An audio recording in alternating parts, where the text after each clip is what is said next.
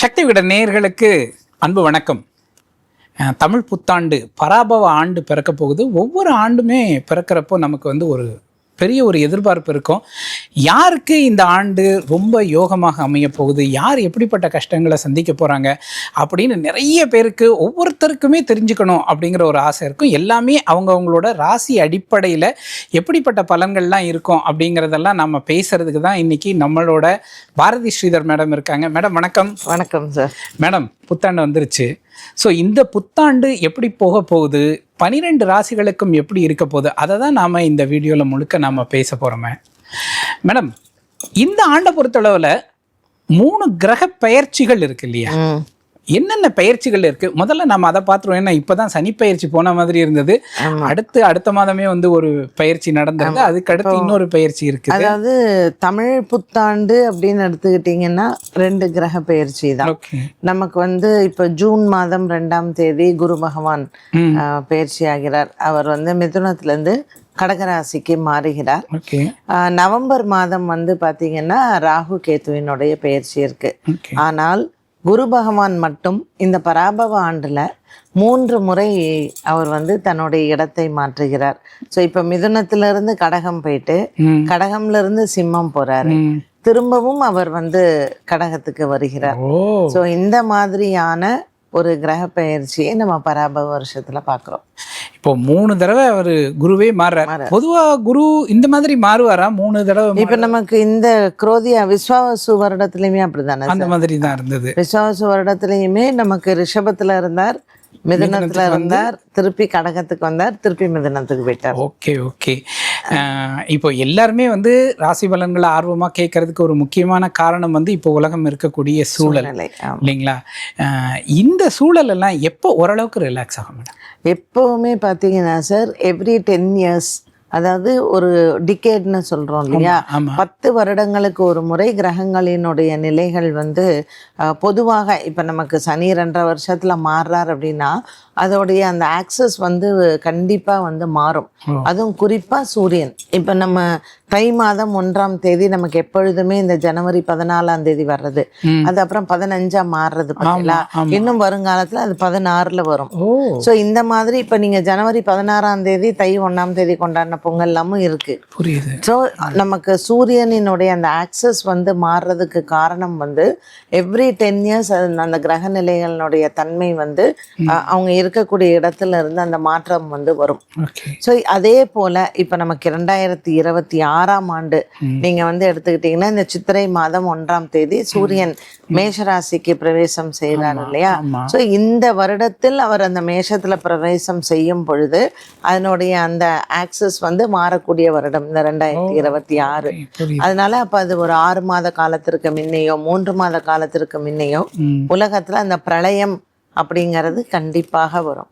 இந்த பிரளயம் வர்றதுக்கு சூரியனுடைய மாற்றம், சனியினுடைய மாற்றம், செவ்வாயினுடைய இடம், அது இருக்கக்கூடிய இடம் ஸ்தான பலம்னு சொல்றோம், அது ராகு கேத்து இருக்கக்கூடிய இடம், அது பார்வைகள், இது எல்லாமே ஒன்றாக கூடும் பொழுது நமக்கு இந்த உலக பிரளயங்கள் நடைபெறும். சரி, இது எப்போ ஓரளவுக்கு குறையும்? இப்போ நம்ம பார்க்கும் பொழுது நமக்கு இந்த சித்திரவரட பிறப்பு வரைச்சு ஓரளவுக்கு கொஞ்சம் நிலைமை சீராகும். ஆனா இது கண்டிப்பா மொத்தமா மாறும் அப்படின்னு சொல்ல முடியாது. திரும்பவும் இது ஒரு ஜூலை மாதத்திற்கு மேல் இன்ஃப்ளேஷன், அதாவது நம்மளுடைய பண வீக்கம் அப்படிங்கிறது ஜாஸ்தியாகும். அதே மாதிரி பற்றாக்குறைகள் நிறைய வரும். இன்னைக்கு இந்த வார்னால ஏற்பட தாக்கங்கள் அடுத்த 6 மாதத்திற்கு அதனுடைய தாக்கங்கள் இருக்கும் உங்களுக்கு. So tough days ahead. அதாவது ஆடி மாதம் திரும்பவும் சூரியன் மாறுறாருங்களா, அந்தந்த காலகட்டத்தில எல்லாம் நீங்க பார்க்கும் பொழுது இந்த மாதிரியான ஒரு குழப்பங்கள், எல்லா மனிதர்களுக்குமே ஒரு மன நிம்மதி இல்லாத ஒரு நிலை. இப்ப நீங்க பாத்தீங்கன்னா சார், ராகு கேத்துக்குள்ளதான் எல்லா கிரக அமைப்புகளுமே இருக்கு இப்போ தற்சமயம். ஆமா, அதனால இந்த ராகு கேத்துக்குள்ள எப்பெல்லாம் கிரகங்கள் போய் மாட்டிக்கிறதோ அப்பெல்லாம் மக்களுக்கு நிம்மதியான தூக்கமோ நிம்மதியான ஒரு வாழ்க்கையோ இருக்காது. அப்படின்னா நீங்க சொல்றதை வச்சு பார்த்தா அவர் ஜூலை மாசத்துக்கு மேலதான் யாராவது வெளியில எட்டி பாக்குறாங்க. ஜூலைலயோ ஆகஸ்ட்லயோ தான் எட்டி பாக்குறாங்க. ஆமா, அது வரைக்குமே இந்த சூழல் இப்படிதான் இருக்கும். நிறைய குழப்பங்கள், ஒவ்வொரு நாளும் ஒரு பய உணர்வோட மக்கள் வந்து வாழறது. சரி. ஸோ இந்த மாதிரியான ஒரு பதற்றமான ஒரு சூழ்நிலை, இது எல்லாமே வந்து நமக்கு காலசர்ப்ப தோஷத்துல உலகமே அந்த கிரக நிலைகள் மாட்டிட்டு இருக்கும் பொழுது நீங்க கண்ட்ரிஸ் அதுக்கெல்லாம் பார்க்கும்போது நம்ம இந்திய நாடு நல்லாதான் இருக்கு. அது வாஸ்தவம் தான். அதுல ஒண்ணும் சந்தேகம் அப்படி இருக்கும் பொழுது நமக்கு ஆன்மீகம் அப்படிங்கிறது நமக்கு கண்டிப்பாக கை கொடுக்கும். Okay okay. அப்போ நம்ம நேரடியா வந்து ராசி பலன்களுக்குள்ள போயிடலாம்.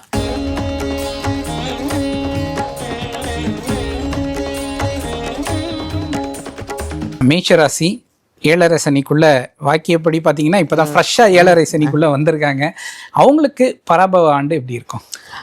மேஷராசிக்காரர்களுக்கு உண்மையிலேயே பராபவ ஆண்டில் வந்து ரொம்ப பெரிய பிரச்சனை இல்லை, எனக்கு இவ்வளோ கஷ்டங்கள்லாம் சொல்கிற மாதிரியெல்லாம் கிடையாது. ஒரு ஏழரை சனியில் வந்தால் கூட விரயத்தில் இருக்காரு. ஸோ இது சுப விரயமாக அவங்க கண்டிப்பாக மாற்றிக்கலாம். வீடு வாங்கிறது, கல்யாணம் பண்ணுறது, பிள்ளைகளுக்கு கல்யாணம் பண்ணுறது. இதில் முக்கியமாக என்னென்னா இந்த ஆண்டு வந்து உங்களுக்கு மருத்துவ செலவெல்லாம் நிறையா குறையும். ஏன்னா இது நாள் வரைக்கும் இருந்த கேத்து பகவான் வந்து அவங்களுக்கு வந்து மாறுறாரு. அப்போ கேத்து வந்து 4ஆம் இடத்திற்கு குருவோட சேர்ந்து இருக்க போறார். அப்படி இருக்கும் பொழுது அவங்க வீடே வேண்டான்னா கூட கண்டிப்பாக ஒரு வீடு வாங்கக்கூடிய யோகத்தை குருவும் கேதுவும் இவங்களுக்கு. மேஷராசிக்காரங்க குறிச்சு வச்சுக்கோங்க. ஆக்சுவலா மேடம் வந்து இது அவர் அக்டோபர்ல மாறுறாரு. அக்டோபர் 13ஆம் தேதி என்னமோ மாறுறாரு. அவரு கடகத்துக்கு போயிட்டாருன்னா மேஷராசிக்காரங்க ஒரு வீடு வாங்குற யோகம் இருக்கு. ஆமா. அதனால அதுக்கப்புறம் வந்து பாத்தீங்கன்னா இந்த வெளிநாட்டுல போய் படிக்கிறதுக்கு, ஏன்னா 4ல குரு உச்சம் பெறார், கூடவே கேத்து வர்றார். சோ அதனால கடல் தாண்டி போய் படிக்கக்கூடிய பாக்கியத்தை குருவும் கேதுவும் கொடுக்குறாங்க. அப்போ கேது 4ஆம் இடத்துக்கு வரும்போது ராகு 10ஆம் இடத்துக்கு வந்துடுறாரு. அப்போ அவங்களுக்கு ஒரு வேலை விஷயத்துலையாக இருக்கட்டும், இல்லை வேலை மாற்றமாக இருக்கட்டும், ஒரு சேஞ்ச் வந்து ஒரு பெட்டருக்கு கண்டிப்பா வரும். அதனால இப்போ புதுசா வேலை தேடுறோம், இல்லை இந்த வேலையிலேருந்து இன்னொரு வேலை மாறுறோம் அப்படிங்கிறதெல்லாம் கரெக்டாக இவங்க பிளான் பண்ணலாம். ஸோ இந்த ஏப்ரல்ல இருந்து அவங்க வந்து ஒரு ஜூலை ஆகஸ்ட்குள்ள பிளான் பண்ணும்போது உங்களுக்கு ராகு கேத்து நவம்பர்ல மாறுறாங்க. அப்போ ஜனவரி 2027 இவங்க வந்து இந்த பராபவ ஆண்டுல தை மாசம் இவங்களுக்கு அதற்கான நல்ல மாற்றங்கள் இவங்களுக்கு வரும். ஸோ அவங்களுக்கான பிளானிங் இந்த ஆடி மாசத்துலேருந்து அவங்க பண்ணலாம். ஒரு பில்டரை பார்க்கறதோ இல்லை படிப்புக்கான அப்ளிகேஷன்ஸ் எல்லாம். ஏன்னா உங்களுக்கு இந்த வெளிநாட்டில் போய் படிக்கிறது எல்லாமே பார்த்தீங்கன்னா செப்டம்பர் மாதம் தான் போவாங்க. அதனால உங்களுக்கு இதுக்கான காலகட்டம் நல்லா இருக்கு. Very good, super. இப்போ மேஷராசிக்காரங்க கூடுதலாக இந்த வழிபாடை செய்தா இன்னும் நல்லா இருக்கலாம், இன்னும் நிறைய பலன் கிடைக்கும்.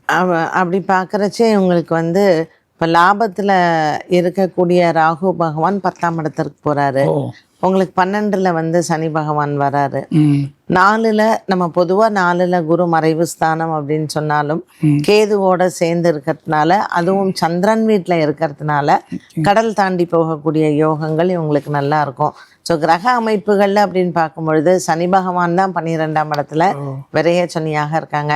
ஸோ கண்டிப்பா இந்த கோயில் போனா இவங்களுக்கு இந்த 7.5 சனிக்கு நல்லது அப்படின்னா ஆனந்தமங்கலம் அப்படிங்கிற ஊர்ல இருக்கக்கூடிய தசபூஜ ஆஞ்சநேயர் ரொம்ப விசேஷம் அந்த கோவில். ஸோ ராஜகோபால சுவாமி தான் அங்க வந்து மூலவர். இவங்க அங்க இருக்கிற ஆஞ்சநேயரை வழிபாடு செஞ்சாங்கன்னா இந்த பராபவ ஆண்டுல அவங்களுக்கு எல்லாம் எடுக்கக்கூடிய ஸ்டெப்ஸ்ல தடை இல்லாமல் இருக்கும். ரெகுலரா இந்த கோயில் நான் போனேன் எனக்கு நல்லதுன்னா சனிக்கிழமையில நரசிம்மரையும் சக்கரத்தாழ்வாரையும் வெறும் பிரதட்சணம் பண்ணாலே போதும் 12 முறை. Very good, very good. இது சூப்பர் தானே. பக்கத்துலேயே இருக்கக்கூடிய கோயில் போனோம்னா நம்ம அங்கே போய் பிரதட்சணம் பண்ணிட்டு வந்துடலாம். ஆமாம். ஸோ மேஷராசிக்காரங்களுக்கு பெரிய அளவில் எந்த பிரச்சனையும் இல்லை, ரொம்ப நல்லா இருக்கு. வீடு வாங்குற யோகம் எல்லாம் இருக்குன்னு இருக்காங்க. கடல் தாண்டி போய் படிக்கிறது, வேலை பார்க்கறது, ஸோ ஆல்மோஸ்ட் எல்லாமே நல்ல பலன்கள். நல்லா தான் சார் இருக்கு. எவ்வளோ மார்க் சொல்றீங்க? மார்க் வந்து பார்த்தா நான் வந்து ஒரு 80 கொடுப்பேன் கண்டிப்பா. எக்ஸலண்ட். 80 எல்லாம் அற்புதமான மார்க். ரைட். ரிஷபராசிக்கு இப்போ எப்படி இருக்கு நிலைமை? பொதுவா எப்படி இருக்கு? ரிஷபராசிக்காரர்களுக்கு இது நாள் வரைக்கும் ஒரு குழப்பம் இருக்கும். குரு மாறி அவங்களுக்கு இந்த பராபவ ஆண்டு பிறக்கக்கூடிய சமயத்துல வந்து பாத்தீங்கன்னா பொதுவா சொல்லுவாங்களே அட்ரஸக்கர் அந்த மாதிரி சூப்பரா இருக்கு. இப்போ 12 ராசியில நீங்க எல்லாம் கேட்பீங்களே மேடம் ஜாக்பாட் அடிக்கிற ராசின்னு, ரிஷபத்துக்கு வந்து உண்மையிலேயே ஒரு ஜாக்பாட் அடிக்கக்கூடிய ஒரு டைம். சூப்பர். இதுல ஒரே ஒரு கேள்வி இருக்கு. இப்போ 2ஆம் இடத்துல இருக்காரு குரு, அதை விட அவர் 3ஆம் இடத்துக்கு போனா நல்லது செய்யும். ஆமா ஆமா 3ஆம் இடத்துல இவங்களுக்கு வந்து குரு உச்சம் பெறார், சந்திரன் வீட்டுக்கு போறார். ஓகே. அண்ட் இவங்களுக்கு சந்திரன் வந்து உச்சபலம் பெறக்கூடியது ஆமா ஆமா ரிஷபத்துக்கு. அதனால இது நாள் வரைக்கும் ரொம்ப கஷ்டத்திலேயே இருக்கேன், ஒரு மகா கஷ்டம் எனக்கு, கடன்லயே இருக்கேன்னு சொல்றவாளுக்கு கூட ஒரு ஐஸ்வர்யம் வரக்கூடிய ஒரு காலகட்டம் இந்த ரிஷபராசிக்காரர்களுக்கு. ஒண்ணு, இவாளுக்கு வந்து சனி வந்து போய் லாபத்துல உட்காந்துட்டார், அது ஒரு பெரிய பிளஸ். இப்போ உங்களுக்கு ராகு வந்து போய் வந்து பார்த்தீங்கன்னா பாக்கியத்துல போய் உட்கார போறாரு. இவாளுக்கு ராகு கேது வரச்சே. ஸோ கேது 3ஆம் இடத்துல, ராகு 9ஆம் இடத்துல, அண்டு குருவும் 3ஆம் இடத்துல கேதுவோட சேர்ந்திருக்கும் பொழுது ஒரு நல்ல தெய்வ அனுகூலங்கள் கிடைக்கக்கூடிய ஒரு காலகட்டம். ஸோ குலதெய்வம்லாம் இவங்க கரெக்டாக பிரார்த்தனை பண்ணாங்கன்னா அள்ளி கொடுக்கும். Super super super. ஆக்சுவலாக ரிஷபராசிக்காரங்களில் ஒரு சிலர் வந்து நம்ப மாட்டேங்கிறாங்க. இந்த மாதிரி உங்களுக்கு 11ல் சனி இருக்கிறாரு, நிறைய கிடைக்கும்னா, இல்லைங்க எங்கே மோசமாயிட்டு தான் போகுது. இல்லைங்க, மாறணும். இப்போ ராகு வந்து 10ஆம் இடத்துல இருக்கனால அஃபிஷியல் ப்ரெஷர்லாம் ஜாஸ்தி இருக்கும், ரொம்ப கூடுதலான பொறுப்புகள் சுமக்கக்கூடிய ஒரு காலமாக இருக்கும். அவர் பாக்கியத்துக்கு போகும்போது ரிலாக்ஸ்டாக இருப்பாங்க. இப்போ 3ஆம் இடம் அப்படிங்கிறது நம்ம சுகஸ்தானம்னு சொல்லுவோம் இல்லையா சார். ஸோ குருவும் கேதுவும் வரும்பொழுது ஒரு நல்ல க்ஷேத்ராடம் போறது, ஒரு நல்ல ரிலாக்ஸ்டா ஒரு ரிட்டையர்ட் லைஃப் மாதிரி அவங்க என்ஜாய் பண்றது, இந்த மாதிரி இருக்கும். இப்ப நடுத்தர வயது எடுத்துக்கோ, ஒரு 30ல இருந்து 60 வயதுக்குள்ள, இப்ப நமக்கு ரிட்டையர்மெண்ட் பீரியடு நல்லா இருக்கும். ஒரு 30ல இருந்து 60 வயதுக்குள்ள வரவருக்கு ப்ரொமோஷன்ஸ் கண்டிப்பா வரும். Very good. அந்த ப்ரொமோஷன் என்னன்னா இவங்க சும்மா வேலை வாங்குற மாதிரி தான் இருக்கும். ஏன்னா லாபத்துல சனி இருக்கார், பாக்கியத்துக்கு ராகு போயிடுவார், அனுபவிக்க வேண்டிய ஒரு காலகட்டம். அப்ப இது நாள் வரைக்கும் வீட்டுல ஏசி இல்லைன்னா ஒரு ஏசி போட்டுப்பாங்க, ஒரு 2 வீலர் வச்சிருந்தாங்கன்னா ஒரு 4 வீலருக்கு மாறுறது. ஸோ கண்டிப்பா ரிஷபராசினியர்கள் இது நாள் வரைக்கும் என்ன ஒரு வாழ்க்கை தரம்ல அவங்க வாழறாங்களோ அந்த தரம் வந்து அவங்களுக்கு டபுள் ஆகும். Excellent excellent. அப்போ உங்களுக்கு இப்போ நீங்க வந்து பாத்தீங்கன்னா சென்ட்ரல் கவர்மெண்ட் எம்ப்ளாயீஸ் எல்லாத்துக்குமே வந்து 8th பே கமிஷன் பேசிட்டு இருக்காங்க. ஸோ இப்போ எத்தனை பேர் அதுல வந்து ரிஷபராசிக்காரர்களாக இருப்பாங்க இல்லையா. அது மாதிரி சுகஸ்தானத்துல குருவும் கேதுவும் வரும்போது இது மறுக்கப்படாத ஒரு நிச்சயம் தான் நிச்சயம் தான். கேதுவும் உச்ச குருவும் சேரும்போது ஒரு சூட்சும வலு உண்டாகும். கண்டிப்பாக. அதுவும் ரிஷபத்துக்கு வந்து பாத்தீங்கன்னா சந்திரன் அவர் ராசியில உச்சபலம் பெற்றிருக்காரு, அதை விட அவளுக்கு என்ன வேணும். Correct correct correct. எக்ஸலண்ட். ரிஷபராசிக்கு ஒரு பரிகாரம்.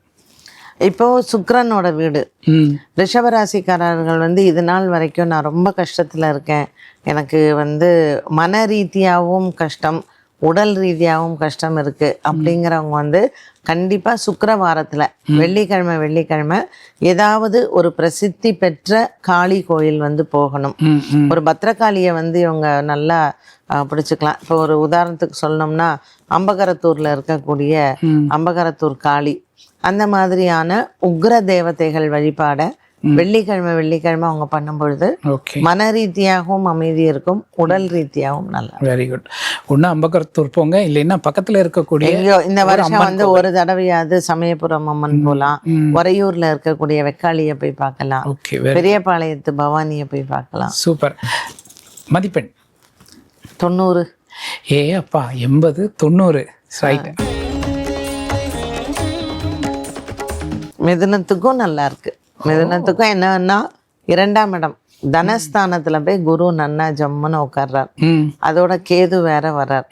அப்போ இது நாள் வரைக்கும் இவங்க யாருக்கெல்லாம் செலவு செஞ்சாங்களோ அவங்க எல்லாம் இவங்களுக்கு திருப்பி கொடுக்கக்கூடிய ஒரு காலகட்டம். புரியுது. இப்போ நமக்கு சனி பகவான் 10ஆம் இடத்துல இருக்காரு, அண்ட் ராகு இவ்வளவு நாளா பாக்கியத்துல இருந்தார். ஸோ 2ல கேது வருவார், 8ஆம் இடத்துல ராகு வருவார். அது ஒண்ணுதான் நமக்கு 8ல ராகு போறாருங்கிற ஒரு மைனஸ் தான். மற்றபடி மிதுன ராசிக்கு அக்டோபருக்கு அப்புறம் தான். பட் குரு வந்து ஜூன் மாசம் 2ஆம் இடத்துல வரச்சேவே அவங்களுக்கு எல்லா விதமான வேலை விஷயங்கள்ல இது வரைக்கும் ரொம்ப தொய்வு, ஒரு தொழில்ல ரொம்ப நஷ்டம் பார்த்தேன், இது எல்லாம் அவளுக்கு நல்லா வரக்கூடிய ஒரு காலமாக அமைகிறது. அதனால இவங்களுக்கு பெரிய பிளஸ் இப்ப குரு பயிற்சி தான் மிதுனத்துக்கு. Very good very good. இப்போ 2ல குரு வந்துட்டாரு, மிதுன ராசிக்காரங்களுக்கு திருமண யோகம் எப்படி இருக்கும்? திருமண யோகம் வந்து இந்த சனி பயிற்சியிலேயே அவங்களுக்கு திருமண யோகம் தான். இப்ப நம்ம திருக்கணிதப்படி எடுத்துக்கிட்டா போன வருஷம் இருக்கும் இல்லைங்களா, கண்டிப்பா வாக்கியப்படி. அதனால இந்த சனி பெயர்ச்சி உங்களுக்கு கண்டிப்பா ஒரு திருமண யோகத்தை கொடுக்கும். ஏன்னா குரு இவங்க வீட்லயே இருக்காரு. ஓகே. குரு வந்து அவர் வீட்டை அவர் பார்க்கறார். அண்ட் 10ஆம் இடத்திற்கு சனி போகிறார். அதனால இந்த காலகட்டத்தில் திருமணம் வந்து தள்ளி போடாம அடுத்ததுல பாத்துக்கலாம் அப்படிங்கறது இல்லாம வரக்கூடியதை அமைத்து கொள்ள வேண்டும் மிதுன ராசிக்காரர்கள். ஓகே. ஏன்னா எல்லா நேரத்துலயுமே நமக்கு அமையாது. Okay okay. தொழில் எப்படி இருக்கும் இப்போ வெளிநாடு போற வாய்ப்புகள் அந்த மாதிரி? ஆமா, தொழில் வந்து பாத்தீங்கன்னா ரொம்ப சிறப்பா அமையும் உங்களுக்கு. ஒரு கூட்டு தொழில் முயற்சி நல்லா இருக்கும். என்ன மாதிரியான நபர்களை இவங்க சேர்த்துக்கணும் அப்படிங்கறத மட்டும் கொஞ்சம் பார்த்துக்கணும். ஏன்னா 2ல கேதும் 8ல ராகும் வராங்க. கூட்டு தொழில்ல 10ல சனி இருக்கார். பட் கேந்திரத்துல ஒரு பாவி இருந்தால் பொதுவாக தொழிலுக்கு ரொம்ப பலம் அப்படின்னு சொல்றது உண்டு. அதனால மிதுன ராசிக்காரர்களுக்கு கேந்திரத்துல சனி பகவான் இருக்கிறது வந்து அள்ளி கொடுக்கக்கூடிய ஒரு காலம்னு சொல்லலாம். Excellent excellent. அது மாதிரி வெளிநாடு போய் படிக்கிறதும் சரி, வெளிநாட்டு வேலைக்காகவும் சரி. இப்போ ஒரு விஷயம் நான் சொல்லணும்னு நினச்சேன் சார். இந்த அமெரிக்காவில் இந்த H1B விசா ப்ராப்ளம் நிறைய பேர் பயப்படவே வேண்டாம். அவங்க கண்டிப்பாக எப்பொழுதுமே வந்து பார்த்தீங்கன்னா ஒரு பெரிய ஒரு பூகம்பம் மாதிரி ஒரு பிரச்சனை வந்துன்னா அதுக்கு ஒரு சொல்யூஷன் அப்படிங்கிறது வரும். ஸோ இதில் வந்து உண்மையாக அங்கே இருக்கிறவங்க வேலையில் நல்லா எப்பவுமே இருக்கிறவங்களுக்கு திரும்பி வரக்கூடிய அந்த பயம் எல்லாம் வேண்டாம். அதனால மிதுன ராசிக்காரர்கள் அமெரிக்கா விசாக்காக எதிர்பார்த்துட்டு இருக்காங்க. வெளிநாடு எங்கேயாவதுன்னா அவங்களுக்கு ரொம்ப ஸ்மூத்தா நடக்கும். ஏன்னா பாக்கியத்துல ராகு உட்காந்துருக்காரு. அதனால அவங்க திருப்பி முயற்சி செய்யறதோ இல்ல பயப்படாம இருந்தாலே போதுமானது. மிதுன ராசிக்காரர்களுக்கு ஒரு பரிகாரம் மிதுன ராசிக்காரர்களுக்கு பரிகாரம் வந்து ராகு கேத்துக்காக தான் பண்ணணும். குரு நல்லா இருக்காரு, சனி 10ஆம் இடத்துல இருந்தது. அதனால ராகு கேத்து சனி இவங்க 3 பேருக்கும் சேர்ந்து ஒரு கோவிலுக்கு இவங்க போகணும் அப்படின்னா கண்டிப்பா பிரத்யங்கரா போயிட்டு வரலாம். அண்ட் அவங்க வீட்டு பக்கத்துல எங்க பிரத்யங்கரா தேவி இருக்கோ அதை ஞாயிற்றுக்கிழமை ராகு காலத்துல செய்யறது ரொம்ப விசேஷம். இல்ல சரபேஸ்வரர் அல்லைன்னா பிரத்யங்கரா. இவங்க திருபுவனம் போனாங்கன்னா சரபேஸ்வரர் பார்த்துட்டு அப்படியே ஐயவாடி போயிட்டு வரலாம். Very good very good. Super super. மதிப்பெண் 90. என்னால முடியல. 80, 90, 90 நல்ல எக்ஸலண்டா இருக்கு. பாப்போம் அடுத்த. அதாவது ஜென்ரலா ஜோதிடர்கள் வந்து ஒரு மார்க் கொடுக்கும்போது 70, 60, 40 இதெல்லாம் சொல்றது உண்டு. நானே நம்ம விகடன்ல நான் சொல்லியிருக்கேன். நீங்க மேஷம், ரிஷபம், மிதுனம் எடுத்துக்கிட்டீங்கன்னா இவங்களுக்கு எல்லாம் ஒரு ஃபிளாவே இல்லை. ஏன்னா வாய்ப்புகள் அவ்வளோ வரும், வேலை இல்லை, நல்லா இருக்கு. இதை இவங்க அவங்க பயன்படுத்திக்கணும். நேரம் நல்லா வர்றது பெரிய விஷயம் இல்லை, அதை நாம எந்த அளவுக்கு சுவாரஸ்யமா பயன்படுத்திக்கிறோம் அப்படிங்கறத பொறுத்த இருக்கு.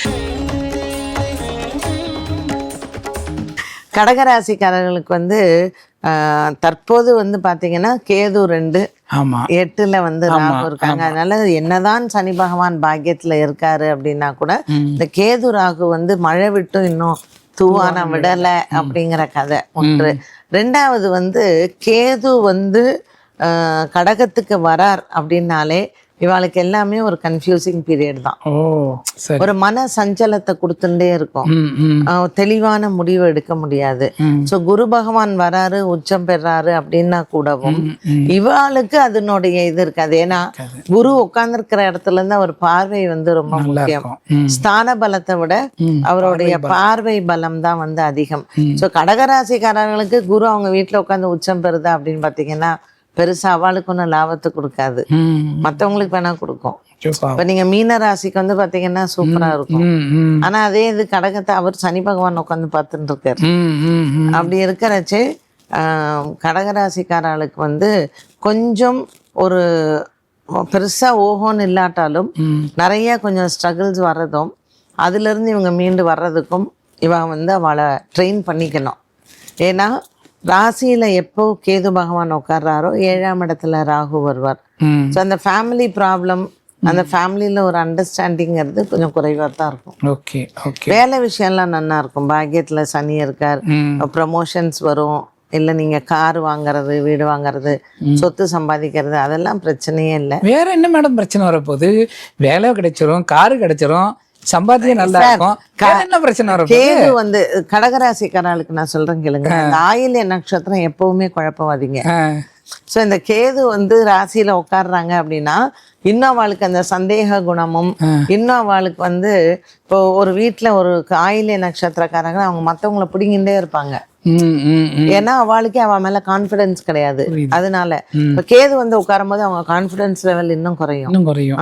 ஸோ நீங்க வந்து ஒரு எக்ஸாம்பிளுக்கு நான் சொல்றேன், ஒரு மாருதியில ஒரு சுசுகி கார் வாங்குறோம்னு வச்சுக்கோங்களேன், ஏன் நம்ம BMW வாங்கியிருக்கலாமே, ஏன் நம்ம ஸோ இருக்கிறத வச்சு திருப்தி படுறதோ, ஸோ இன்னும் வந்து நமக்கு இல்லையே நினைச்சு உட்காந்து கவலைப்பட்டு இருப்பாங்க.